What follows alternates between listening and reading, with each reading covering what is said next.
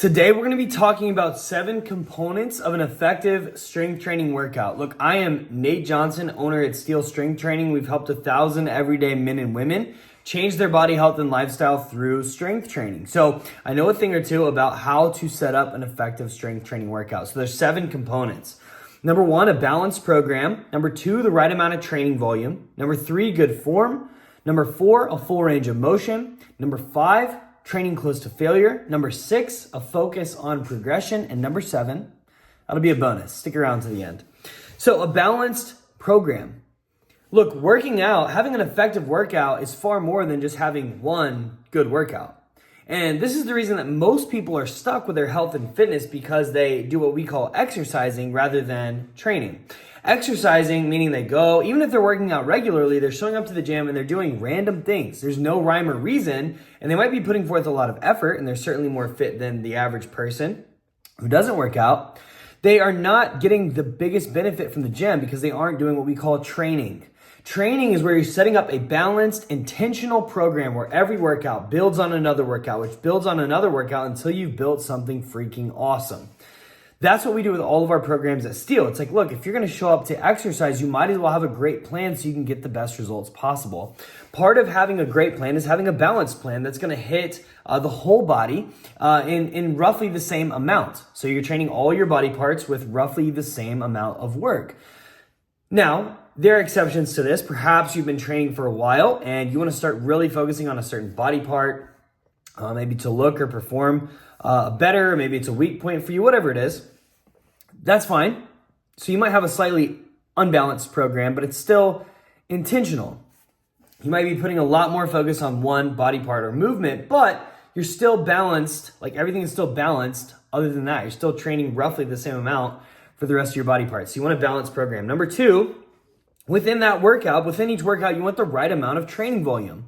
Now, there's a lot of ways to measure training volume or the amount of work that you're doing, but we measure in terms of number of hard sets. Hard sets with good form, full range of motion, taking close to failure. See the next 3 points, or you'll hear the next 3 points. You want a good amount of training volume. You want to do enough sets each workout or each week per body part that are going to drive progress, enough sets to get great results, but not so many sets that you can't recover. And there's all kinds of information about this. I've got information about this as well. In fact, I'll link one of my videos talking about is 5 sets per week enough to make progress. I'll link that in this video in the description. But again, you want to choose an appropriate amount of volume. There's a sweet spot, right? You don't want to do too much, don't want to do too little, just right. Next, good form. Honestly, this could be point number 1. If your form sucks, that is the fastest way to guarantee, or maybe not guarantee, but make the odds, stack the deck in your favor that you're going to get injured. And getting injured is the fastest way to not get the results that you want. So you want to make sure you're using good form, okay? Make sure you're moving properly. Yes, as you're exercising, the muscles might hurt, the muscles might get fatigued, but you want your joints and the rest of your body to feel good. Please learn and use good form and never stray away from that. Next, you want to do a full range of motion. Once your form is good, before you worry about adding weight, and we are very worried about adding weight and getting you really freaking strong, but before you worry about that, you need to make sure, once your form is good, that you're doing a full range of motion. The muscles respond far better in almost every circumstance to a full range of motion. Take the muscle through a full range of motion. And once you've dialed in that full range of motion, never, ever, ever stray from that. Don't shy away from training with the full range of motion, okay? That is by far the best way to get the best stimulus for your body. Full range of motion. All right. Next, then and only then, once we've dialed in our form and the full range of motion, and you refuse to ever shy away from those, you never compromise on form or full range of motion, then we start focusing on training close to failure. Failure being the place where you literally can't move the bar, the weight, your body, whichever type of exercise you're doing, another inch. That's true mechanical failure, where you cannot move the bar, the weight, or yourself anymore. Now, I didn't say you have to train to failure, but you need to train close to failure, within 2 to 3 reps shy of failure. Now, I don't like to see people going all the way to failure on things like squats, especially squats. I don't need anybody falling out on the floor. But even, deadlift, bench press, press. You can train to failure occasionally, but I don't typically love it. But what I will say is if you never hit failure, and again, squats are the exception. I just generally think, you know what, bars on your back, not, when in doubt, maybe do a little bit less, be a little more conservative with that. But everything else, if you never hit failure, you may not know if you're training hard enough. And this is one that if you're one of the few people who actually, you're showing up consistently, you got a good program, you're doing the right amount of volume, you've got a good form, you're doing a full range of motion, this is where a lot of people drop the ball.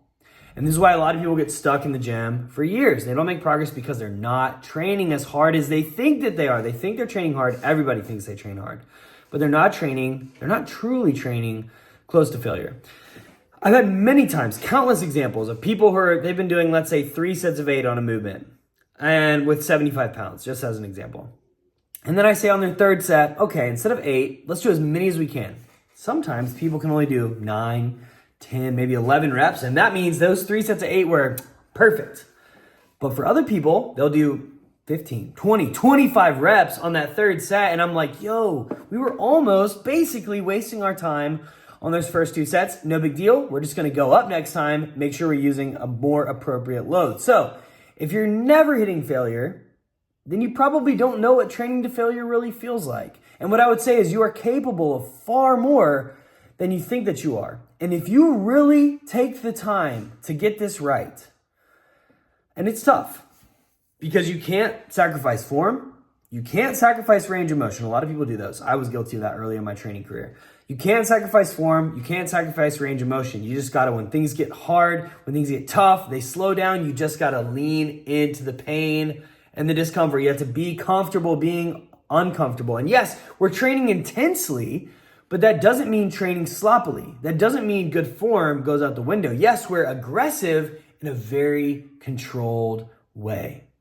And this is what so many people get wrong. If they're training really hard, they let their form go to crap. And that's not a good idea. They're not getting a good stimulus and they're probably going to get hurt. Or they're just not training all that hard. Their form is good, their range of motion is good, but they're not training that hard. And we've got to find the sweet spot. And when you find that sweet spot, your results will skyrocket. Next, we want to focus on progression. Now, if you're training close to failure, I can pretty much guarantee you this is going to take care of itself. You're going to be lifting more weight over time. We call it progressive overload, lifting more weight and or reps over time, aka getting stronger. Look, you want to make sure you're making progress. And if you're training close to failure with good form and a full range of motion and an appropriate amount of volume and you got a balanced program, you're going to do just that. But the mind is an interesting thing. So I both like to make sure I'm just going into a set, and even if I didn't know the number, I would still, good form, full range of motion, take it close to failure. I'd give it all that I've got. But I still like to see what I did last time and see if I could beat it. So just today, in today's workout, and I do this every workout, I keep a notebook, write down my workouts, because I'm training. Each workout is building upon the next. It's not random, it's very intentional. I looked at what I did last time and I said, I did this for this many reps. Great. I'm going to try to beat it. I'm going to try to add a rep. Now I've been training for a long time. So if I can add 1 rep to something, that's pretty freaking good. For you might be able to add 2 reps, 3 reps, 5 pounds, 10 pounds, who knows? Whatever you can add, do that. As long as you're not sacrificing good form and full range of motion. But yeah, focus on progression and don't worry so much about the rate of progression. We all progress differently based on our genetics, gender, age, based on training experience. There's so many factors. So don't worry about, this person's doing this much. I get it. I remember when I first started working out, I've been working out for 2 years, bringing one of my best friends. 6 months later, he's bench pressing more than me. And of course, as you know, when you're a young man, the bench press is the measure of your masculinity, or so I thought. And so it was heartbreaking, even though I was excited for my buddy, but to see him stronger than me already. Don't worry about it. Look, I get it. When you're looking around, you see, they're making faster progress than me. I get it. Most dudes I know progress faster than me in the gym. But you know what? I'm thankful because that's made me who I am today. It's caused me to fight and scratch and claw to figure out what works for me. And it's ended up helping me be a better trainer. So don't worry about beating anybody else. Just be the best version of yourself. So focus on not Susie, not Joe next to you. Focus on progression. Just beating your former self. All right. Next, the last one, the bonus one that honestly doesn't even need to be on this list, technically, is enjoying your workout. Now, technically, you could hate your workout and get great results, but at the end of the day, we want to make sure that you adhere to the workout. And so the best way for us to ensure that you have the greatest likelihood of showing up consistently and working hard so you can get the great results is that you enjoy your workout. So find a trainer, find a gym, find a workout partner, find a workout program, find a workout, find exercises. Find a workout outfit, find workout music, whatever it is, find out what it is that you enjoy that's gonna make you wanna show up and train hard, all right? Because it's gonna make doing the other 6 things much, much easier. So, ladies and gentlemen, in summary, if you wanna have an effective workout, you need a balanced intentional program. You need the right amount of volume per muscle group.